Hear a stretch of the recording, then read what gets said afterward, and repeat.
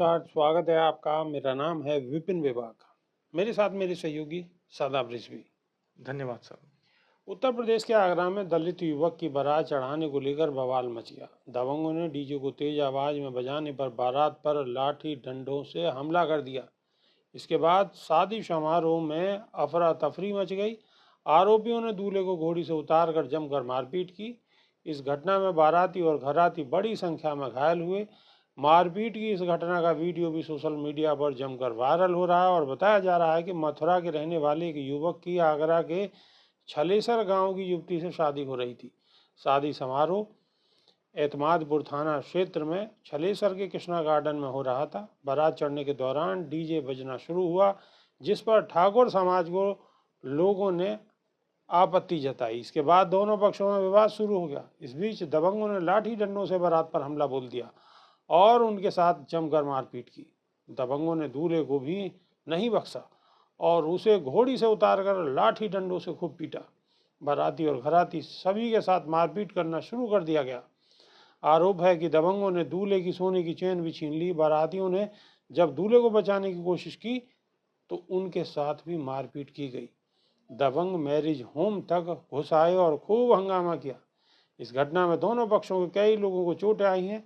Marriage home में घुसकर की मारपीट की घटना का वीडियो सोशल मीडिया पर जमकर वायरल हो रहा है। सभी घायलों को अस्पताल में भर्ती कराया गया है, जहां उनका इलाज चल रहा है। इस मामले में पीड़ित परिवार ने पुलिस थाने में शिकायत दर्ज कराई है।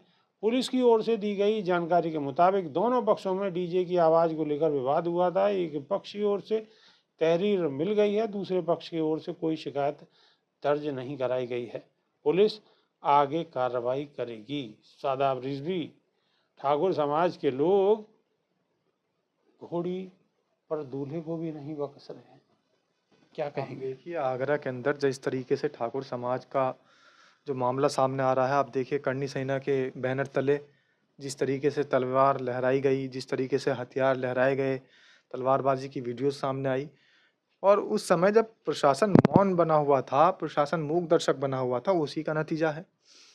अब अगर तलवार लहराने पर अंकुश नहीं लगेंगे, अवैध हथियार लहराने पर अंकुश नहीं लगेंगे, फायरिंग करने पर अंकुश नहीं लगेगा, तो ज़ाहिर-सी बात है कि वो अपने समाज के सामने, अपनी जाति के सामने किसी और को कैसे टिकने देंगे। और रही बहुजन समाज की बात, तो ठाकुर समाज तो हमेशा से बहुजन समाज को ऊपर उभरते हुए देखना ही नहीं चाहता है। वो उसको भाता ही नहीं है। अगर कोई बहुजन समाज का व्यक्ति घोड़े पर बैठ जाए, तो भी ठाकुर समाज को दिक्कत होती है। और हमेशा आप देखिए यहाँ से लेकर फूलन देवी के केस तक का मामला देख लीजिए।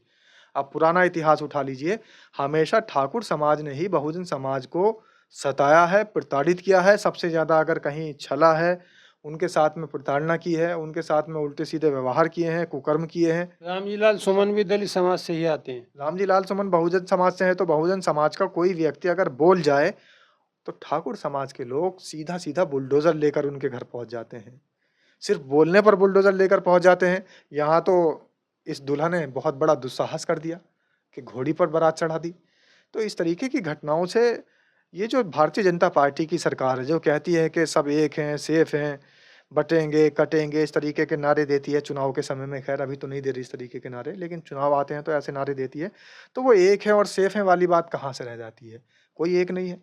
ठाकुर अलग है, ब्राह्मण अलग है, क्षत्रिय अलग हैं और कुर्मी अलग है। आप देखिए कि जितने भी जिस बिरादरी के वोट ज़्यादा हैं, उसी बिरादरी के, उसी जाति के एक नेता को अपने साथ ले लेते हैं। और साथ लेके चाहे राजभर हों या और बहुत सारे लोग हों, उनको वो साथ लेकर के उनकी जाति के वोट साधने का तो काम करते हैं। लेकिन अगर उनकी जाति का या उनका कोई नेता इनके खिलाफ या भारतीय जनता पार्टी के खिलाफ कोई बयान दे दे, तो फिर उसके घर पे सीधा बुलडोज़र जाता है। और बुलडोज़र अगर नहीं चलने दिया जाता या तोड़-फोड़ से रोका जाता है, तो फिर वहाँ इकट्ठे होंगे और पूरे मैदान में पूरे अवैध हथियारों के और तलवारों के साथ अपना पूरा रुआब दिखाएँगे। पूरा रुआब दिखाएंगे। अब ठाकुर समाज है और रुआब दिखाने से भी जाए, रुआब तो दिखाना पड़ेगा। क्योंकि एक कहावत भी है बुजुर्गों की कि सांप का अगर काटना छोड़ दे तो हर आदमी उसे गले में डालकर घूमेगा। इसलिए उसकी जो फुंकार है वो मानना जरूरी है। शायद यही सोच रहे हैं, लेकिन जो इनकी ये सोच है ये सरासर गलत है, क्योंकि संविधान ने सबको बराबरी का अधिकार दिया है। आपकी इस विषय पर क्या राय है, कमेंट के माध्यम से अवश्य बताएं। अभी के लिए सिर्फ इतना ही, नई वीडियो में फिर रूबरू होंगे। बहुत बहुत शुक्रिया, नमस्कार। धन्यवाद सर।